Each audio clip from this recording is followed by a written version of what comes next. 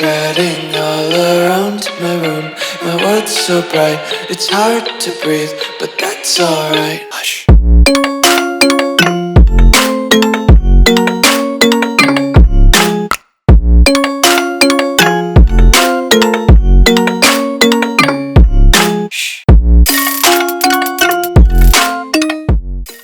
What's going on, guys? Welcome back to another video here on the Water Juice channel, and welcome back to episode number 8, season number 8 of the New England Patriots 10-year dynasty. That is right, we are almost done with the dynasty.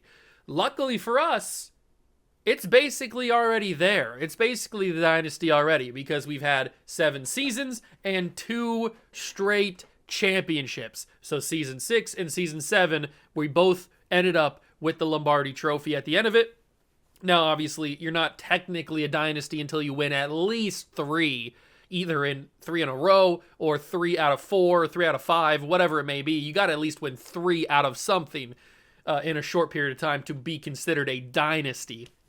So if we can win this year and go 3 straight, then the dynasty is true. And then we have officially accomplished our goal, which was to bring the Patriots back to prominence that they were with Tom Brady and Rob Gronkowski and Bill Belichick and all the boys that were on those dynasty teams. And obviously before that with the original dynasty in the early 2000s. So I'd love to do it. I'd love to win another championship here. We know it's not that simple with Madden simulation. They don't like me very much. So hopefully we can get it done, but we are running a Kansas City playbook, so it does help. At the end of the day, it does really help. And Drake May has become a really, really good quarterback, so that's also a positive. But episode 8 is about to be underway. Hope you guys are going to enjoy. If you do, leave it a like, subscribe to the channel, join the Juice Club, and let's go see if a three-peat is on the table. Okay, here we are at season number 8, the beginning of it. Let's take a look at the squad. You guys should know who it is by now, who's on this team. It's the same team we've been for a little bit now.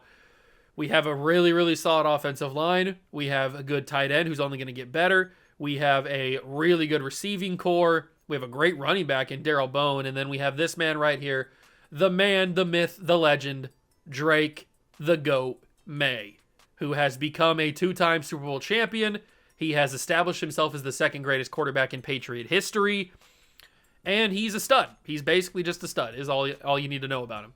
And then on defense, it's a great defense. It's not a fantastic defense, but it is a really, really good defense. We've got John Hess, who has X Factor. We've got Biddle, who has X Factor. We brought in this Brennan dude as a free safety. He has superstars, so that's awesome.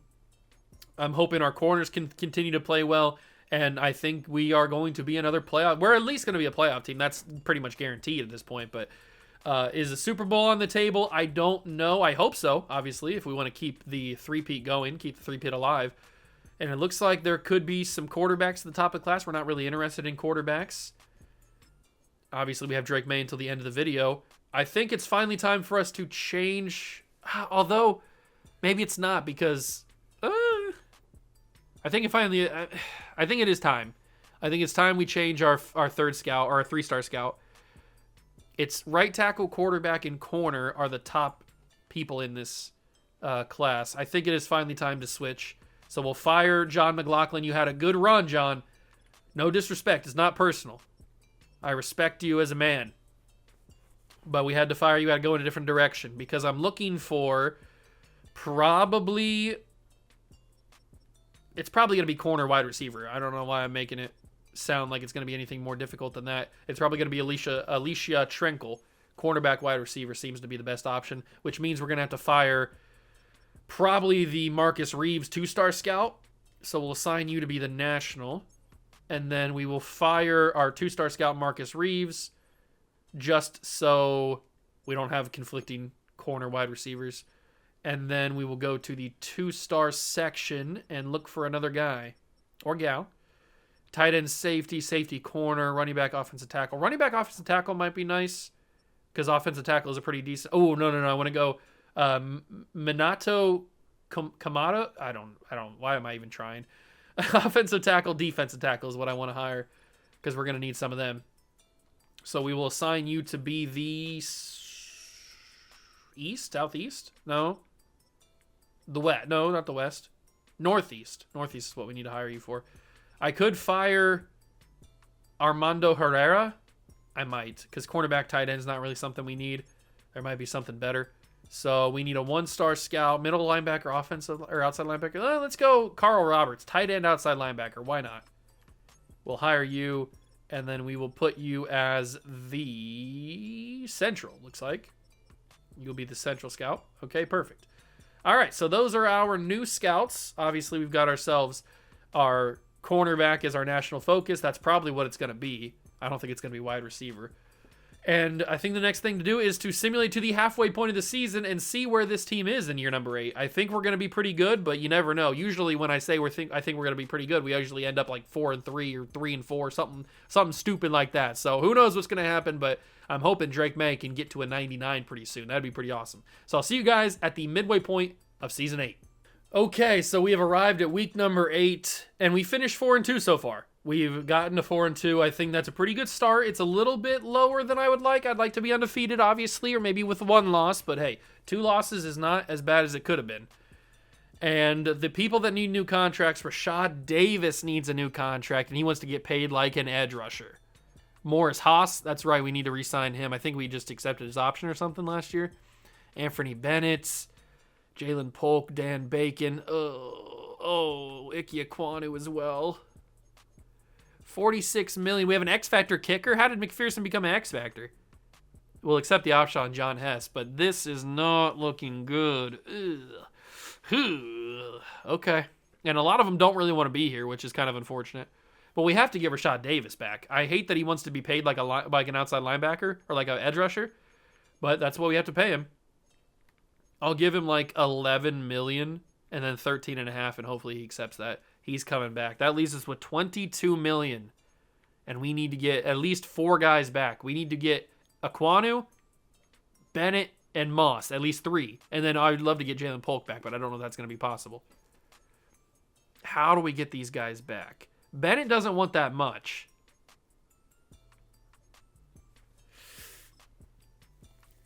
Oh, Haas, why do you want so much money? Money. What are you, Mr. Krabs? All right, hopefully he accepts this. If we pay him this, he should accept it. Oh, Morris, I hate your guts. He doesn't accept that, so we're going to have to raise it even more. All right, we're in a little bit of a pickle. Little bit of a dill pickle situation. Set the focus to be corner, because now we're going to need corner with Anthony Bennett probably leaving. So hopefully there are some good corners in this class. I hate that all those guys came up at the same time. All right, let's simulate a little bit. We can come back to the Morris Haas conversation in a couple of weeks. We win against the Bengals. That's nice. Tough game against Buffalo. 31-13. Maybe not as tough as I thought. All right, so we're starting to get a little bit of a roll. A slow start to start the year with those 2 losses. But it seems like we're picking up the pace a little bit here. We're getting some big-time W's. Let's get to week 11 and figure out where we're going to go from there. Another win, though, against the Colts. That's nice to see. We're starting to feel pretty good. We're starting to get pretty hot. We're getting a lot of upgrades for some of our younger guys, which is nice. I don't think I've seen a Drake May upgrade, though. But we are the number 1 seed at 7-2, but the Browns are also 7-2, and the Chiefs are 7-2. Oh, my God, this is a pretty tough conference this year. We're going to have to keep winning games. Morris Haas will come back to the conversation. I guess we can bump it up to 9.5. I don't really want to go much higher than that. He's going to come back. Okay. So that leaves with $4.7 million. Obviously, not enough to bring anybody back. But maybe we can structure some contracts at the end of the year. That's possible, I guess. At least we got Morris Haas back. That's a big one because he's one of our best offensive linemen. Maybe our best offensive lineman, actually. Yeah, in terms of overall, he's our best offensive lineman. So if we do have to lose Ekwonu, we could just trade him. And then we have either Green or Holcomb who can just fill in that spot, I guess. It's not the end of the world. It sucks to lose an 80 overall left tackle, but it's not the end of the world. And then at wide receiver, we're pretty good without Polk. We have Langford, who's ready to ascend to that number 1 wide receiver spot. We have Holloway. We have Callaway, who for some reason is a superstar. I don't remember taking this dude, but maybe it was an auto-drafted pick. I don't know, but he's here as a superstar. He's got a very round head as well. Then we have Olave and we have Cox. So we have a very good wide receiver room in terms of dev traits, and we have a great running back as well. So Polk is a one that I would be okay with trading. I don't really want to trade Aquanu, but I will if I have to. Let's keep going to week 13 here. Keep winning games, please. Keep ahead of the Browns and all those guys. That's a big win, only by a touchdown, but it's a big win against the Raiders. The Raiders. And then we got to play the Dolphins here. They're not that good. Please keep getting W's. Yes, we do. Okay, I was looking for the score. I couldn't find it for a second. We do win barely. We're squeaking by some of these teams, but we're getting wins. Win is a win is a win is a win. So don't really care. And Cedric Davis gets 2 upgrade points. That's huge. He must be having a Rookie of the Year caliber season. All right, so we get to week 13, which is the important part for focus players. Who is going to be available? So we have some corners, not at the top of the class. Where's the first corner? Okay, I'm a little bit worried, but usually corners are top 5 talents most of the time. Okay, who do I want to scout? We don't need a quarterback because we have Drake May locked up for the rest of the rebuild. I will scout this Jose Southward in case we need to trade up for him. I will scout... I'll scout Greg Conway. And maybe Philip Knight? Or maybe Alfonso Gay. Or Sean Cameron. Probably one of these two guys. Probably one of these two guys right here. Alfonso Gay or Sean Cameron. Probably Sean Cameron? Let's do that. Let's do Sean Cameron. So those will be my 3 focus players for the halfway point of the year.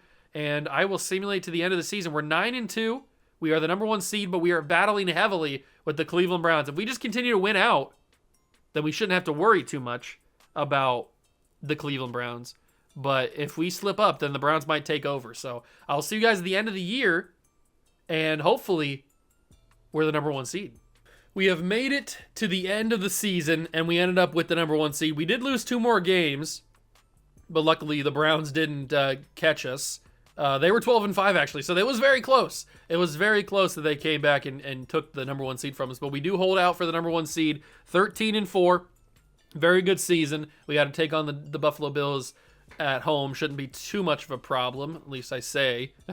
Hopefully it's not too much of a problem. But Drake May, oh my God. Disgusting numbers from Drake May. 4,100 yards, 42 touchdowns in just 4 interceptions. That might be one of the best stat lines I've seen in simulation in a long time. That's a fantastic year. And he had a 70% completion percent. This man was efficient and good. Crazy season. And the Bone Man with 1,100 yards and 9 touchdowns. What a stud he is.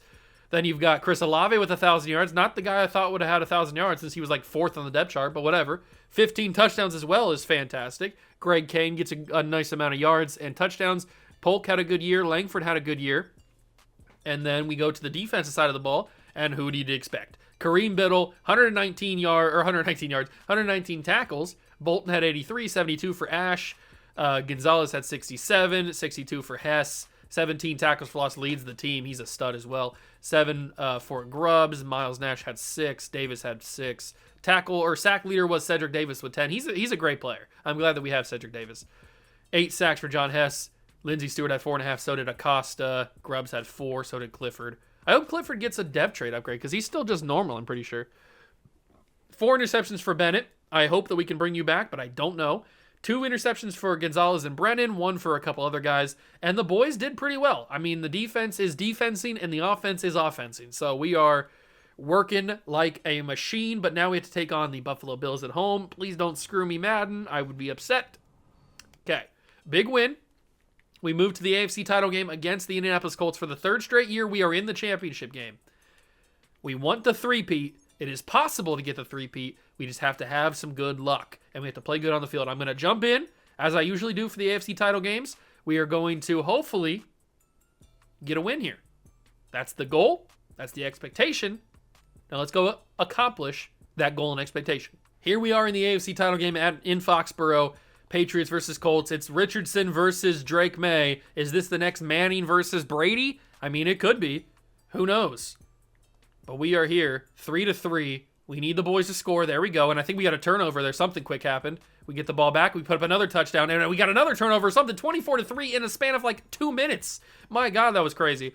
24-10. End of the first half. We missed the field goal or didn't even attempt it. I don't know what happened there. Field goal for the Colts is 24-13. Just hold on, boys. I'd love another score. There it is, 31-13. 4th quarter action. I think this one's over even if we don't score here. We get a field goal, 34-13. That one's pretty much over, and it is. For the third straight year, your New England Patriots will play in the Super Bowl. The dynasty is, I think, now fully formed. Even if we don't win the Super Bowl in the next game, I mean, 3 straight Super Bowl appearances, and then 2 out of 3, I think you can firmly say a dynasty has been built here in New England for the third time in the past 25 years. Well, at this point, it's now 30 years because we're in 2031 or whatever we are, so it's technically now like 31 years. But still, 3 separate dynasties in 30 years, that's pretty impressive. That's pretty darn impressive. Let's get to the Super Bowl and find out who we're playing. Please don't be anybody good. Please be like a wild card team that like snuck their way into the Super Bowl. It's going to be, oh God, it's the Dallas Cowboys. It's the best team you could have had. Oh, not good. We have to play the Madden darling, Dallas Cowboys. This is going to be a struggle because they do really well in simulation, but so do we. And they have the MVP at quarterback. Oh, and they have the offensive play. Oh my God, the Dallas Cowboys might have just cooked. They had the MVP and they had the offensive player of the year at wide receiver, Lamar Goodwin. I know you can't really see him because my camera's in the way, but Lamar Goodwin, their wide receiver, won offensive player of the year, and their quarterback, you can see that one. He won the MVP. So this is going to be quite the game. This is dynasty versus dynasty. Patriots, Cowboys, 2 of the greatest dynasties in football history, battling for one more Lombardi. Can we make it 3 straight? Let's find out. It is Super Bowl time here in, it looks like Jerry's World, so they get a home field advantage. That's unfortunate. 7-3. Come on, boys. Even though we're at tremendous odds here, it's basically it is a home game for the Cowboys here in the Super Bowl. It's 10-10, but we like adversity. We like the adversity. We swim, we drink adversity in the morning for breakfast. So let's do it. It is 17-17 in the fourth quarter. We just got some sort of crazy flip. Field goal, 20-17. Hold the game. Oh my God, instant score from the Dallas Cowboys. Instant score from the Patriots. What is happening? 31-27. Oh my God, it's 4th down. Oh my God, it's 3rd down. Oh my God, oh my God, oh my God, oh my God, oh my God. We have 3 timeouts. It is 3rd down and 5. We are just seconds away from possibly losing the Super Bowl or winning the Super Bowl. It's going to be to Greg Kane. He drops the football. It's 4th and 5. I should have went secure catch on that. That's my bad. I should have went secure catch. Totally should have went secure catch on that. I think I can get that, and I'm not going to. And the Dallas Cowboys, Micah Parsons makes the play. And the Dallas Cowboys will end our dreams. The Dallas Cowboys will end the dreams of Patriots fans across the nation. That is going to be the ball game. The Dallas Cowboys will win the Super Bowl. The three-peat is dead. The three-peat is dead. Yep, Dallas gets the ring. That's sad. That's real sad. I was hoping that we could be doing it. We probably might have had a better we might have had a better chance if I don't do run after the catch with Greg Kane on that 3rd down throw. If I do secure catch, he might have had a better shot of holding on the hit. He might have still dropped it either way. Who knows? But that's tough. That's real tough losing to the Dallas Cowboys in the Super Bowl. The three-peat is dead, but that doesn't mean the dynasty is dead. That does not mean the dynasty is dead whatsoever. And we get to the off-season, where we will hope to re-sign some people. We should be able to restructure enough money to be able to make everything work. So, season recap, John Coleman wins Super Bowl MVP. He's the quarterback of the Dallas Cowboys. He also gets regular season MVP. Gerard Mayo got coach of the year. That's pretty awesome. We saw Lamar Goodwin got offensive player of the year. The Cowboys were just too much for us. We thought we were a good team. The Cowboys were actually a good team. So, they beat us in the Super Bowl. It's heartbreaking, but you can't win every single time. You cannot win every single time. So, we have negative $5 million. That shouldn't really be hard at all to restructure. That's probably at least like 1 or 2 contracts maybe. And I think I just saw Anthony Bennett went to superstar development there. Did I see that? Let's take a look at some depth trade upgrades. So on the offense, Greg Kane goes up to superstar. That's the only one I notice on offense. Although Holcomb, oh, he just had hidden. That's right. So he just has superstar now. So I would feel better having him play tackle if we had to lose Aquanu. And then on defense, yeah, Anthony Bennett now has superstar. Davis has superstar. I don't think he did before. Did he have superstar? I don't remember. He might have. I know that Bennett, and Clifford still doesn't have a development trait. He's a good player. He just needs that depth trait. But Bennett certainly is a new one on the defensive side of the ball with that nice little dev trait upgrade. But let's go talk to some of the players, restructure some of their contracts, get out of some of the expensive money, especially Drake May. See, that's already $11 million we just freed up right there. Biddle we can't do, but we can do Rashad Davis. Morris Haas I won't do, even though we can, because we just re-signed him. I know I like to cheese that sometimes, but I won't do it this time. Nick Bolton we can do. Who else can we do? Green, yep, we can do Paul Green. Not freeing up that much, but it is still worth it. Greg Kane we can do, and I think that'll be enough, because that already gets us out of the positive, or out of the negative, I should say. Okay, that leaves us with $18 million. It's obviously not a lot to bring Anthony Bennett back, but we can. So do we bring Anthony Bennett back, or do we bring back the majority of the other people? Because with Anthony Bennett, we could let him go and then re-sign Aquanu, since Aquanu wants to be here. Actually, we can't sign Aquanu because he is negative. We can't even offer him. I don't really want to let Aquanu go, but I might have to. That might be the thing that we have to do. I think Polk and Aquanu are going to have to get traded. I think that's just the way that it's going to have to go. I am going to re-sign Anthony Bennett.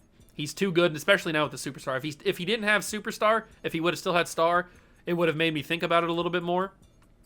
But I am going to re-sign him, and I hope that he'll accept this. Okay, he's going to come back. I maybe paid a little bit too much, but I needed to make sure he would accept, especially because he had no interest. So that leaves us with $2.3 million. I'd love to bring back Newhouse. I don't know if I'm going to be able to.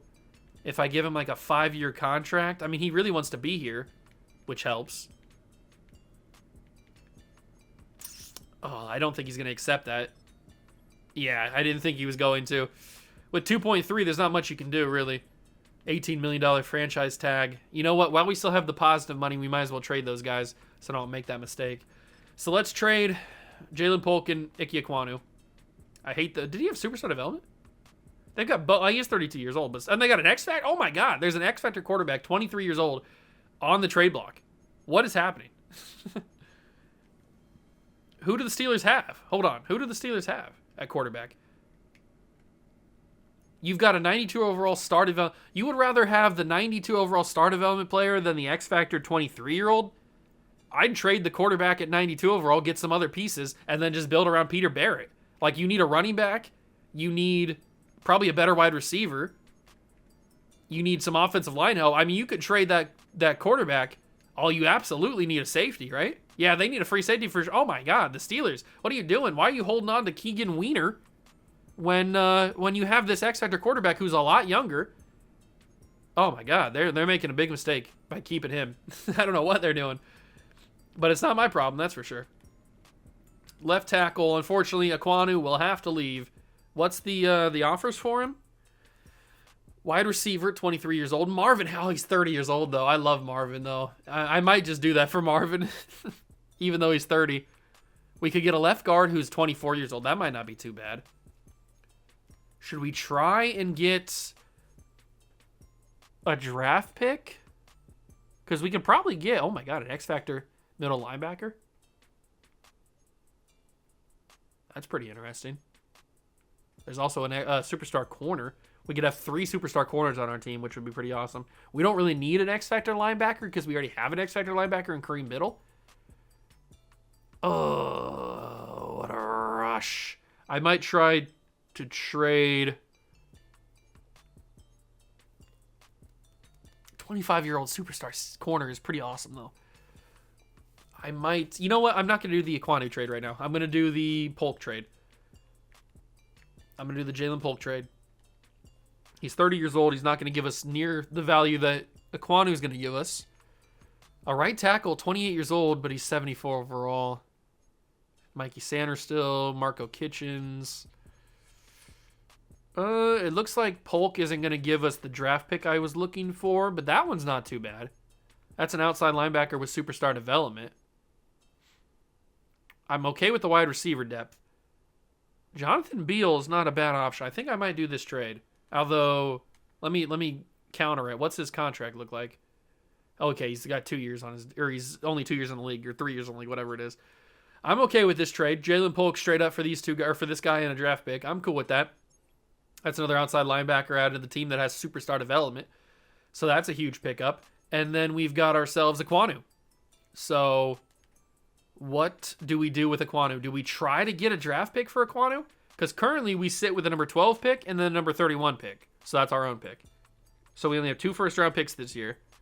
I think we try to get a first-round pick for this year for Ike Aquanu. I think that's the smart option. The Bears need a left tackle. They have pick 16. Who else needs a left tackle? The Broncos need a left tackle. They have pick 13. Okay. The Buccaneers have pick number 8. Now we're talking. A top 10 pick, certainly nice. The Chargers have pick 14. Dolphins don't need a left tackle. They need a left guard, but they have pick 3. Falcons have pick 20, 11. There's got to be a team with a decent pick that has a left tackle. Or doesn't have a left tackle. But it looks like the top of the list is where we're going to have to be discussing. Although the Titans have pick number 9, but I mean, we were looking at pick number 8 earlier, so we might as well just go start it off with pick number 8 with Tampa Bay. Pick number 8. Plus, wait, don't they have Tristan Wirfs? Why do they need a left tackle? They still do. Okay, they don't. No. They don't need him. They don't need him. They need a right tackle. I guess they could play him at right tackle. That doesn't seem like the right option. We're not going to do that. But we could do. I mean, the Bears don't seem to be that bad. At 16, that's not the worst thing in the world. It's probably a little bit easier to get the pick anyway. So if you give me that pick, you give me your next year pick, you give me a 2 and a 3, I'll take that. You can have Aquanu. That is, they don't have the salary cap. You got to be kidding me, Chicago. All right, so Chicago's a dead mission. That's not going to be the option. We could send him to Buffalo. It might not be a smart idea to send him to Buffalo, actually. They've got Paris Johnson now? Okay, whatever. Let's not send him to Buffalo. Let's send him to preferably an NFC team, but maybe that's not an option. Maybe the Chiefs or the Chargers are an option. Who's their left tackle? They've got Braxton Jones, who's old and not very good anymore. They have Joe Alt still, who's young. They have pick 14. Let's send him to, and they have the cap space to do this, so let's send him to the LA Chargers, hopefully. We'll do the same package we were going to do from the Bears. That gets us into the red. Okay, that's a good start. So we don't need the 3rd round pick. Into the red still. We don't need the 2nd round pick. Into the red still. I can't get just 1 first round pick for Aquanu. I might even be able to get 1 first round pick. It's very close. It's very close to getting 1 first round pick for Aquanu, which seems kind of crazy because he's not that old. He's only a 33-year-old, I think, right? Is he only 33? No, he's 31. He's even younger than I was giving him credit for. So, I mean, I feel like we should be able to get him pretty valuable. I'm going to give them Joel Odin, excuse me. But they don't really like that much. He is a strong safety that they could use. I guess I'll give them, because 2034 we're not going to be going to, right? Because this is, no. Actually, we aren't, because we'll be in the 2034 season, but we won't go to the draft because that's going to be year number 10. So the draft won't matter. So we can give up whatever picks we need to give up in 2034. That's literally not going to matter. So Aquanu will get us a 1st round pick once I give away the right assets. I guess a 4th round pick is going to have to do. I was hoping not to be giving up a 4, but looks like we're going to have to. So Aquanu and, oh my God, they still are being stingy. My God. Why are you being so stingy for this 14th pick? Okay, so Aquanu heading to the Chargers to pair alongside Joe Alt. We get another 1st round pick. So we have 3 1st round picks now. They're not amazing 1st round picks, but they are 1st round picks. And that leaves Bacon, Newhouse. There's a lot of guys here that I really like. There's a lot of guys that I'd like to bring back, and I might be able to still. Let me restructure a few more contracts. Let me restructure a few more contracts, see if we can make some money work. So we already did all these guys. Not going to do Haas. I already talked about that. Who did I not do? I didn't do Eric Langford. Can't do Clifford. We can do Montgomery. Okay. We can do John Hess. I'll do one more, and that might be enough that we can do. We'll do Chris Olave. Okay, perfect. Let's see if that's enough to bring back a couple more players. Oh, that leaves $2.8 million. Not really. I thought that was going to be a little bit more money. We can offer the franchise tag on Emmanuel Newhouse, which is $18.1 million, or we can try to offer Donovan Cox.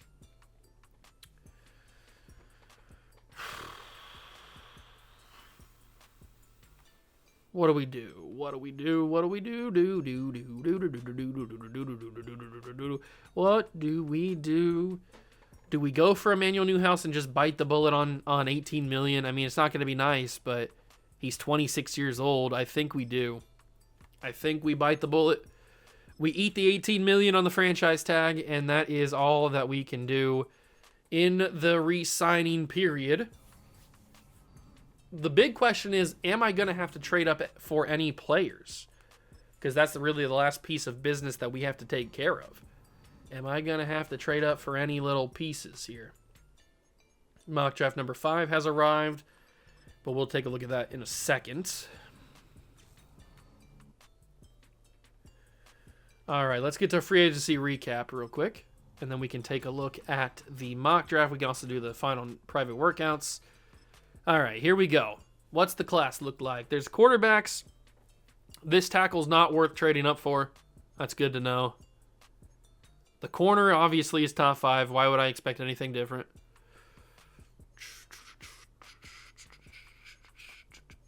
We got the center to be around 1 or 2. That's interesting. What's the game plan here? It doesn't look like there's a guaranteed guy that I have to get. I mean, the corner would be pretty fun. Darian Darby. We'll have to take a look at the mock draft, see where he's actually projected to go. But I want to find out more about these tackles because we just lost Aquanu, so I wouldn't mind having another tackle replacing him. So I'm going to scout 3 different tackles, and we're going to find out exactly how good all 3 of them are. But let's take a look at that mock draft, though. Mock draft number 5 has Darby going top 5. That's not ideal. How good is he? 5'10". He doesn't have elite speed, but he has A catching, A man coverage, B zone coverage, B press. He looks like a pretty good player. Is he a top 5 pick, though? I don't know. He might be. He might be a top 5 pick.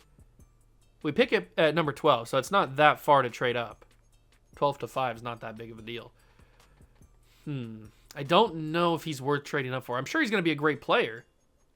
I just don't know if he's worth trading up for. But I do want to advance this week so we can find out how good those tackles are. Although, let's take a look at our team first. Let's find out kind of a game plan here. So, wide receiver, we've got Langford, we've got Olave, we've got Callaway, and we've got Holloway. So, we're good with 4 wide receivers. We don't need any more than that unless we go and... Actually, Callaway's a tight end? Wait, what? Is he a wide receiver or is he a tight end? He's a tight end, so we only have 3 wide receivers. Oh, okay, so maybe we do need to get a wide receiver. I didn't realize that we only had 3. Okay, very interesting. Holcomb moves up to left tackle, which I don't hate. And then defensively, corner, we have Bennett, we have Gonzalez, and we have Van Buren. So we only have 3 corners that I absolutely trust. I mean, Ragland's fine too. I don't hate having Ragland here. Just kind of sucks he doesn't have a depth trait.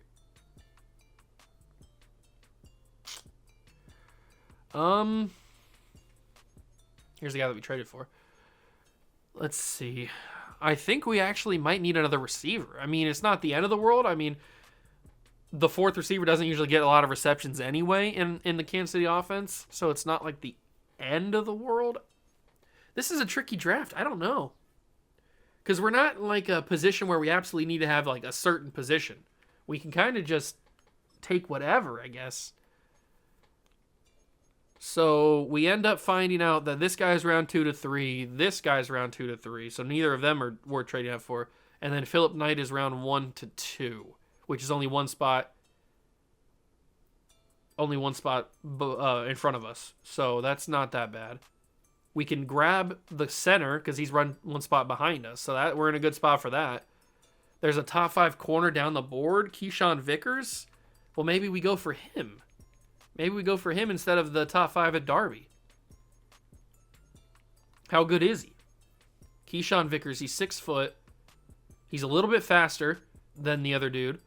A-man coverage, B-zone coverage. His press is slightly lower, but he's got better block shed for some reason. Maybe Vickers is the better of the two, which we don't have to trade up too far. We have pick 31. We'd have to trade up all the way to pick 23. That's not going to take that long. Okay, so here's the game plan. Here's the game plan. We trade up from 12 to 11. We just swap picks. We take Philip Knight. We stay at 14. We take Sean Cameron. And then we trade up from 31 to 23. We take Keyshawn Vickers. I think that is the game plan that I have set for us, and I'm going to go accomplish that. So we got to do a little bit of trading. Shouldn't take me too long to do. But we trade number 12 for number 11 with the San Fran 49ers. There we go. Swap that one. Perfect. We don't have to do anything with 14 because we're going to stick there and take Cameron, the center, as long as he's still on the board. And then the last bit of trading we have to do is get from 31 to 23. Shouldn't be that hard, especially if we're able to do 2 spots at a time. So if we trade with the Colts at 29, please accept this. Make it easier on me. Darn it. They're going to make me go one by one, which I don't like to do because it slows me down a little bit. So I'm going to go and do this really quickly. It shouldn't take me too long. It's just 31 to 23. It's not like we're going to the top 5. So I'm going to go and do this really quickly, and I'll come back when we have pick number 23 in the NFL draft, and then we'll start the NFL draft. All right, we got pick number 23. So we have picks number 11, 14, and 23. And we should be able to come away with 3 really, really good players as long as the board continues to fall the way that I expect it to fall. So our first pick is obviously number 11. So let's get right to it. How's the board going to look? It looks like it fell our way. I don't know. I don't recognize any of the names up there. So I think we've got who we need to get. It was Philip Knight was our first pick at pick number 11. So let's grab him. Please be pretty good, Phil. He is number 30 in true value. And he's got normal development. Okay, a little bit of a miss at the beginning of the draft. I mean, a top 15 pick, you miss like that. He's still a good player. He doesn't have a dev trait, which sucks on the offensive line. But he is just a backup at the end of the day, so it's not the end of the world. And then we've got Sean Cameron as our next selection. And he's going to be number 32 in true value, has a dev trait. Okay. So at least we get one offensive lineman with a dev trait. And then we go to number 23, and we take the top 5 corner. This one should be fantastic. It should be a top pick. Keyshawn Vickers, 22 years old from West Virginia. Welcome to the squad. He's number 5 in true value. 6 foot, no dev trait? Really? That's kind of annoying, actually, because I was hoping he would have a dev trait so that he would pass Raglan. But apparently neither of them have a dev trait now, so that's kind of annoying. Well, we go to the second round, and it looks like there's not a whole lot else for us. There is this guy who's around 3 to 4, James Mooney, corner. He's a round 1 actual talent. I'm kind of curious. He's number 10 in true value with a dev trait, so he might end up being better than the top 5 guy that we took. That's kind of crazy. I didn't expect him to be better than that. And I think that's probably going to be it for all of our guys that we have scouted here. We might just have to go by pure physicals then. There's one elite speed guy. It's an outside linebacker. George Camp. He's a pass coverage guy. Let's take him. He doesn't look very good, but he's got speed. He's number 311. Okay. He has a dev trait, though. But he's number 311 in true value with a dev trait. That's kind of a wild pick. I don't know. He's not going to be very good overall at all, I don't think. But he has a dev trait, which is probably only star, but still. Let's go back here. I don't think there's any more speed elites guys, but there are some elite. Oh, there actually is one. Hold on. It's Bryce Falk, day 3 D tackle, 6'4", elite speed. The strength is not great. It's only decent. He doesn't look very good, but I'm going to take him on pure athleticism alone. Number 268, dev trait. The drafting god has returned, ladies and gentlemen. The drafting god has returned. And he's got a meatball on his head. Or on his shoulders, I should say. And we're going to end the draft there. I'd say that was a good draft, not a great draft. I mean, we got some dev trait players later in the draft that probably going to be very low overalls. And they are. They're pretty low. But Knight ends up being a 74. Cameron's a 74. Vickers is a 76. And Mooney, who I didn't even expect to take, he ends up being the same overall as our top 5 guy, which means this draft is kind of bad. If Mooney is not a top 5 projection and Vickers is, there's going to be a lot of 76s, I have a feeling. Everybody else is kind of booty cheeks. That's okay. Not a big deal. They're all backups anyway. So how good is this class? Oh my God. A fullback is the best player in the class? Oh, this is washed. This is a gross draft class. Gross. I should have traded those picks. That's a disgusting draft class. But we move to season number 9 and the penultimate episode in the next one. Can we get our revenge and beat the Dallas Cowboys in the Super Bowl for Super Bowl number 4? We will generate the best lineup. We've got, oh, look at that. We've got Dr. Disrespect's favorite player, Keon Miner. Okay.